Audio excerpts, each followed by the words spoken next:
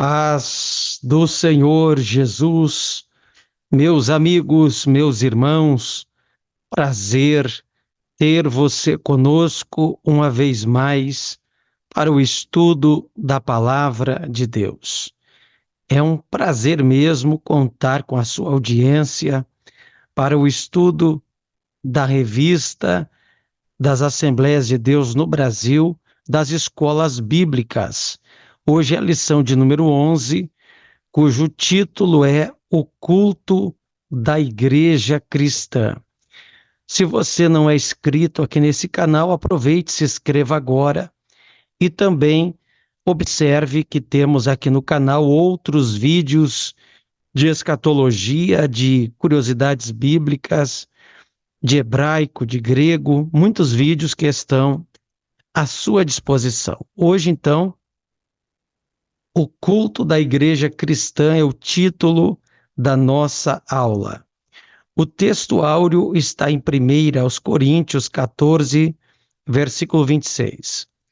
Que fareis, pois, irmãos, quando vos ajuntais, cada um de vós tem salmo, tem doutrina, tem revelação, tem língua, tem interpretação. Faça-se tudo para edificação. A verdade prática diz: o culto é uma sublime forma de nos expressarmos em adoração, louvor, gratidão e total rendição a Deus. O texto da leitura bíblica está em Efésios 5, do versículo 15 ao 21. Você pode ler aí com a sua Bíblia. Vamos logo para a introdução desta revista. Está escrito: nessa lição, vamos estudar o culto cristão sob diferentes aspectos, pois precisamos conhecê-lo em sua natureza. Aqui veremos que o culto é santo e, por isso, deve ser solene. Assim, também, mostraremos que a glorificação de Deus e a edificação da igreja são os propósitos sublimes do verdadeiro culto cristão. E por último, mostraremos que todo culto também tem um ritual. No contexto da igreja cristã, destacaremos o papel da Bíblia e da adoração entusiástica na dinâmica pentecostal. Queridos, por ora, quero dizer que o culto é o ato mais sublime do nosso espírito humano, vivificado, renascido por ação do Espírito Santo, aquele que foi gerado de novo, regenerado. Ele precisa estar na igreja, precisa cultuar, cultua-se em casa, cultua-se dentro do carro, cultua-se andando nas ruas, falando com Deus. Tudo isso eu acredito. Porém, tem aquele momento em que você está no templo, congregado com teus irmãos, ouvindo louvores e a pregação da palavra.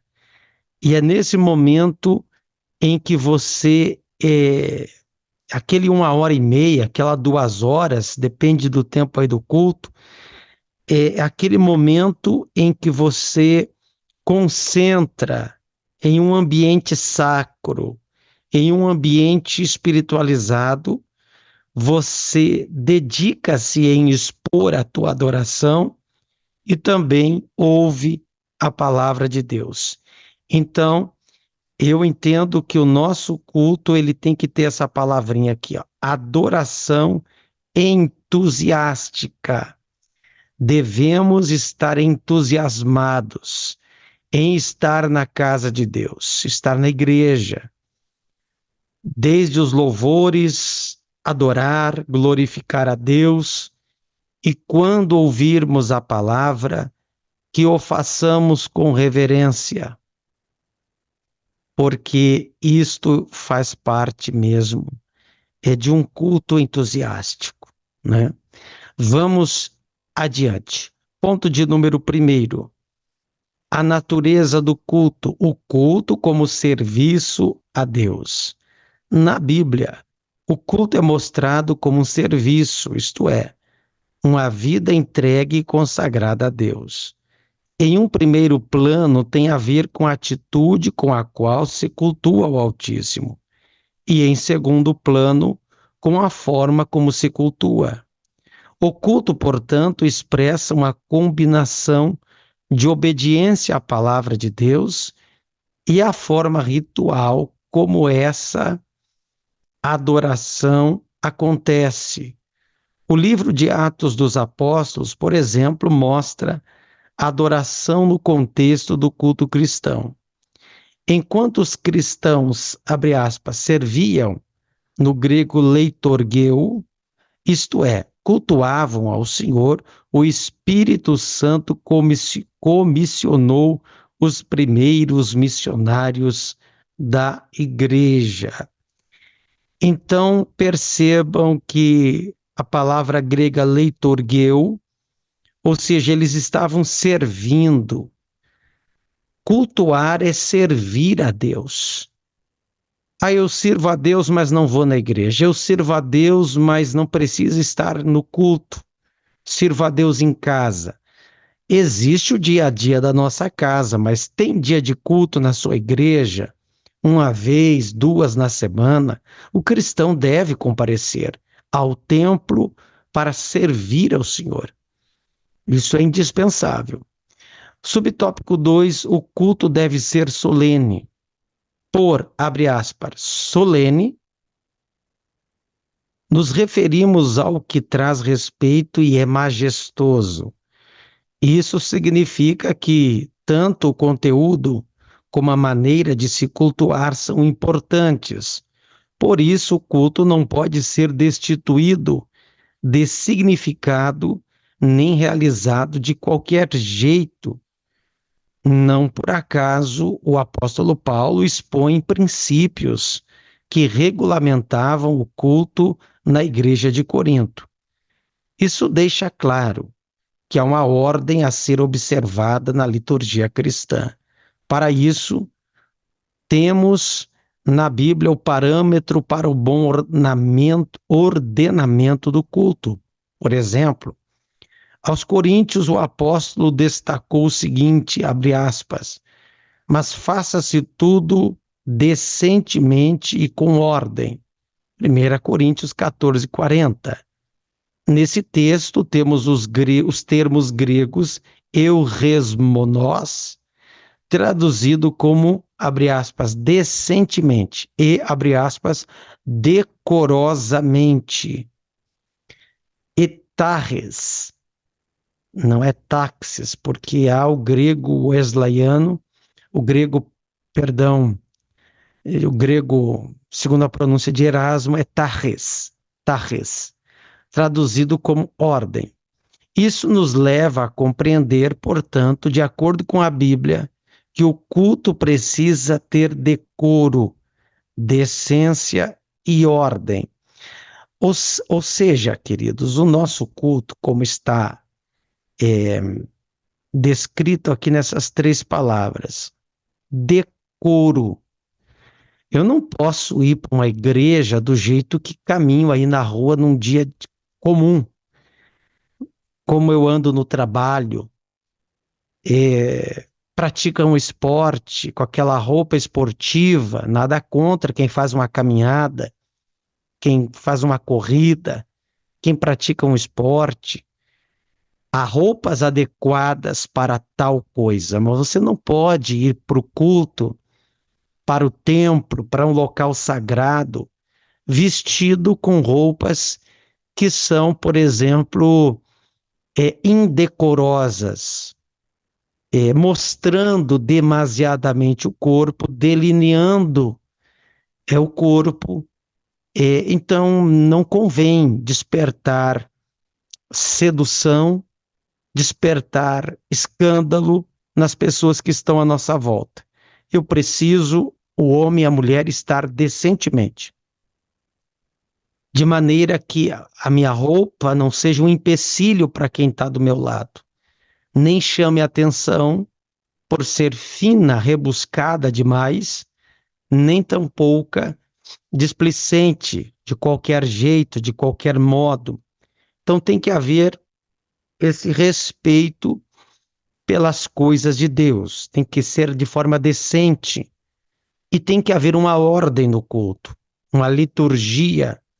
Então são expressões fundamentais. Eu não sou de forma nenhuma, não me confunda por fanatismo, não é nada dessas coisas, mas é apenas uma questão de decoro que precisa haver no nosso culto. O culto é santo. A santidade de Deus é afirmada por toda a Bíblia. Visto que Deus é santo, o culto também deve ser santo. Dessa forma, nada que fosse profano deveria fazer parte do culto e da vida de quem o pratica no Antigo Testamento. Assim, o limite entre o santo e o profano deveria ser mantido. Por outro lado, o Novo Testamento põe em destaque o viver cristão na esfera do culto, isto é, de uma vida a serviço de Deus. A igreja é o espaço sacro onde o culto acontece. Assim como no Antigo Testamento, o culto cristão não deve ser profanado. Nesse caso, tanto a conduta como o modo de viver são levados em conta na esfera do culto.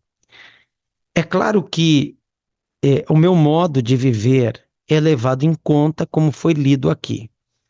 Eu não posso aparentar algo no culto bem diferente do que eu vivo lá fora. Eu costumo dizer na igreja onde aqui pastoreio que eu não encerro culto, eu apenas encerro reuniões na hora de despedir, porque eu entendo que o culto ele continua no teu carro, o culto a Deus ele continua dentro da sua casa, no seu trabalho, seu testemunho, seu modo de viver. Então, não dá para ter uma vida profana e eu me fingir de santo somente naquele período em que o culto está acontecendo no templo. Não. Devo viver lá fora de forma idêntica a que eu estou dentro da igreja. O propósito do culto, primeiro, glorificar a Deus. O culto é uma celebração que se faz a Deus. Celebramos a grandeza de Deus e seus poderosos feitos. Assim, o culto é uma celebração pelo que Deus é e pelo que ele faz. Nesse aspecto, o culto é sempre cristocêntrico, nunca antropocêntrico. Ou seja, o centro do culto deve ser Jesus, deve ser o Pai, deve ser a divindade. O culto não pode ser coach, como hoje está acontecendo, uma autoajuda, um massagear de ego. O culto ele não pode ser ter no centro dele o homem. Não. O culto não é antropocêntrico, ou seja, antropos quer dizer homem. Não, ele tem que ser cristocêntrico, Jesus no centro. Cristo é a esfera ou lugar onde deve acontecer o verdadeiro culto. Ele é o único mediador entre Deus e os homens, e o eterno sumo sacerdote. Se Deus não é celebrado, se ele não é glorificado, então o culto perdeu o seu real sentido. Eu sempre digo que o verdadeiro culto não é mensagens de autoajuda, não é uma esfera de palestras ou outra coisa. Não é um clube, a igreja não, é um lugar de adoração, ao verdadeiro Deus. Quando não se cultua a Deus, de fato, há alguns cultos que não cultuam a Deus. Vamos ver aqui. Paulo censurou os coríntios afirmando que, abre aspas, quando vos ajuntais no lugar não é para comer a ceia do Senhor. Era como se dissesse, abre aspas, o que vocês estão celebrando não é a ceia. Não era um culto o que eles estavam fazendo. Não daquela maneira. Infelizmente, há muitas reuniões envernizadas para se parecerem com o culto, mas de fato não são. Parecem reuniões profanas, tanto na sua forma quanto na sua essência. Não buscam glorificar a Deus. Os hinos que são cantados devem ser para a exaltação de Deus. A mensagem deve ser bíblica, capítulo, versículo, capítulo, versículo.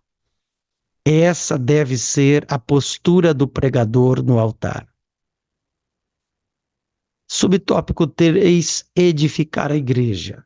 Um dos propósitos principais do culto é trazer edificação à igreja. Assim, na esfera do culto, tudo deve buscar a edificação. O verbo grego oikodomeu, traduzido como, abre aspas, edificar, ocorre 40 vezes no Novo Testamento, enquanto o substantivo oikodomé, traduzido como edificação, ocorre 18 vezes. O sentido é de algo que está sendo construído, como na parábola da casa edificada sobre a rocha. Ele é usado muitas vezes no contexto do culto. O fato mais claro de que um dos propósitos do culto é trazer edificação aqui em cima, para a igreja, está revelado no capítulo 14 de 1 Coríntios. Nesse capítulo, o apóstolo disciplina os usos dos dons na igreja pelo fato de seu uso não estar trazendo edificação à igreja. Assim, aquele que falava em línguas na esfera do culto público deveria interpretar para que a igreja fosse edificada. Todos os demais dons deveriam seguir esse critério. Da mesma forma, os dons ministeriais deveriam contribuir para, abre aspas, edificação do corpo de Cristo. Ou seja, pode-se falar em línguas estranhas no culto? Pode. Mas não se pode estender a fala. Começa a falar em línguas e não para mais. Nesse contexto, Paulo diz que ninguém vai entender, e se não houver intérprete, ou seja, alguém que tem o dom de interpretação de línguas, então aquele que está falando em língua fale baixo consigo mesmo. Para quê? Para que haja ordem no culto.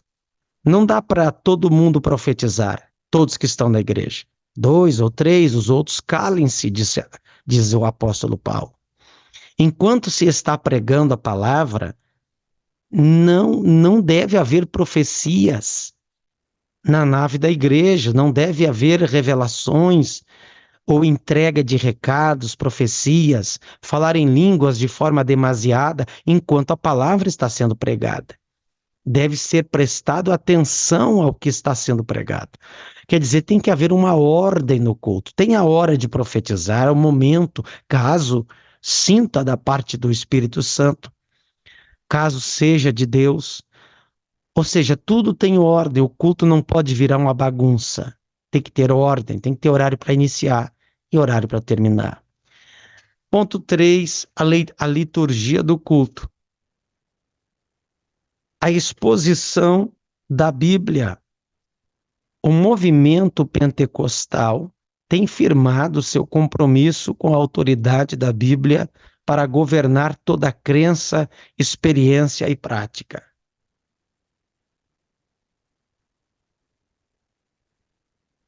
Dessa forma,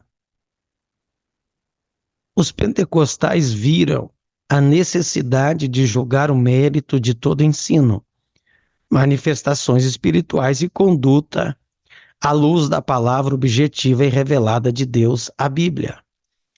Esse fato mostra que a leitura e a exposição da Bíblia devem ocupar o lugar de primazia na dinâmica da liturgia do culto.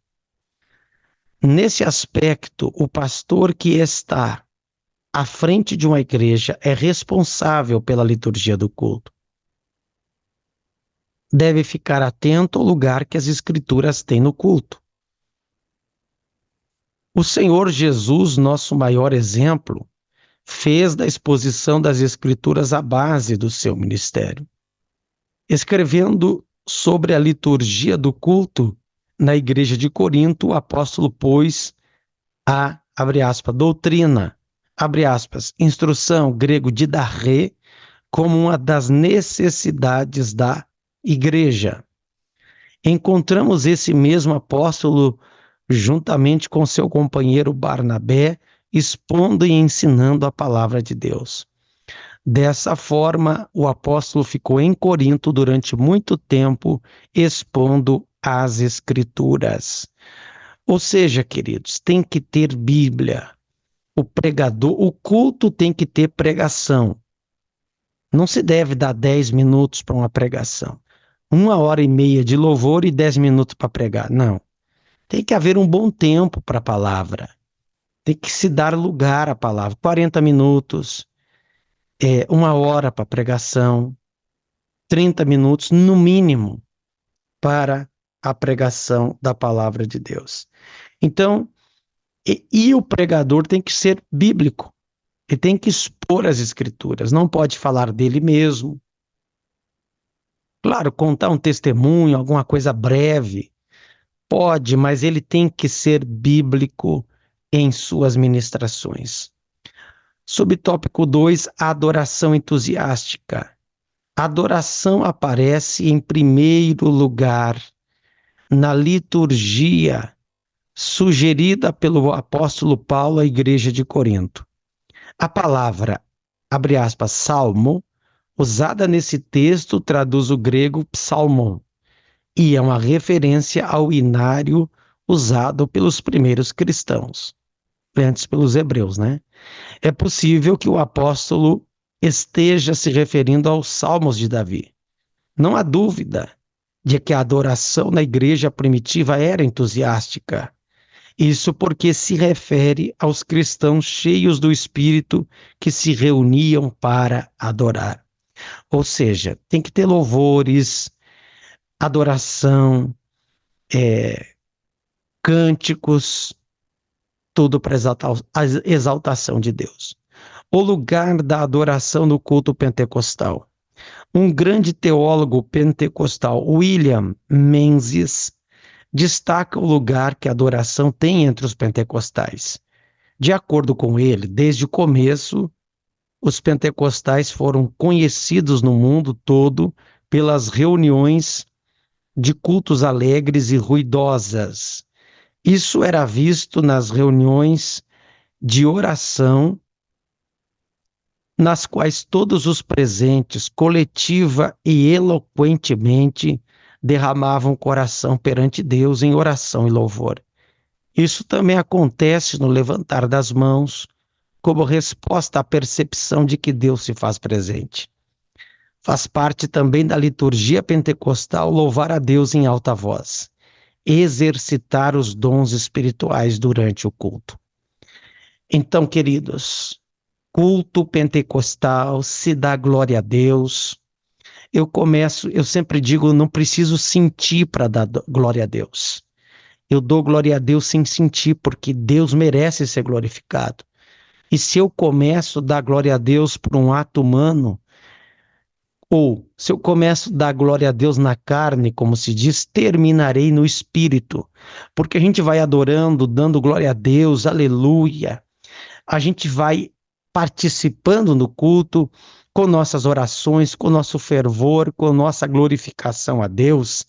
E isso vai trazendo um ambiente espiritual, primeiro para a nossa vida, e também o ambiente vai se impregnando de uma adoração. Conclusão. Nessa lição vimos os princípios que devem reger um culto cristão. O culto não pode ser de qualquer forma, pois ele tem princípios e normas para seguir.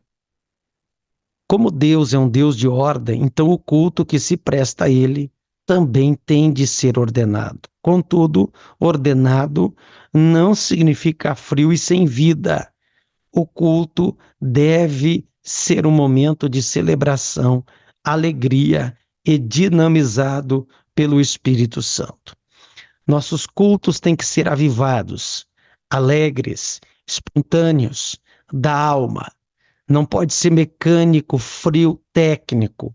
Não, mas tem que ser com fervor. Adorar a Deus com vontade. Vai cantar, abre a boca e canta com vontade. Vai pregar, pregue como se fosse a tua última pregação. Tá na igreja, aproveite cada momento. Ficamos por aqui, obrigado por ter a sua audiência. Eu já te convido para a próxima semana ficar ligado aí na lição 12, que terá o título O Papel da Pregação no Culto. Vai ser muito bom. Obrigado, Deus abençoe, fique com Deus, na paz do Senhor Jesus.